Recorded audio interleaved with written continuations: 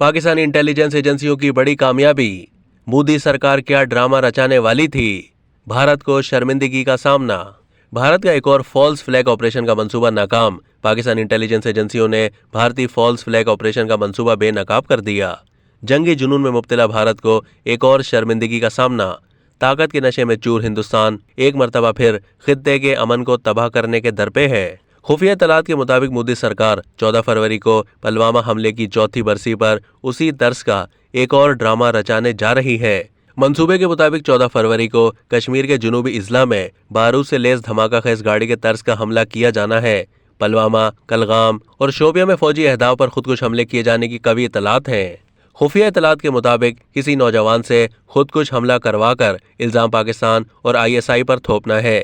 इंतखाबात का वक्त आते ही मोदी सरकार पाकिस्तान के खिलाफ ओछे हथकंडों पर उतर आई।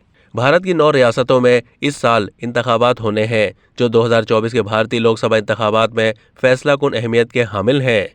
मोदी सरकार फॉल्स फ्लैग ऑपरेशन के जरिए पाकिस्तान मुखालिफ जज्बात उभार कर इलेक्शन जीतना चाहती है, चाहे इस मकसद के हुसूल के लिए मोदी सरकार को कितने ही फौजी क्यों ना मरवाने पड़े।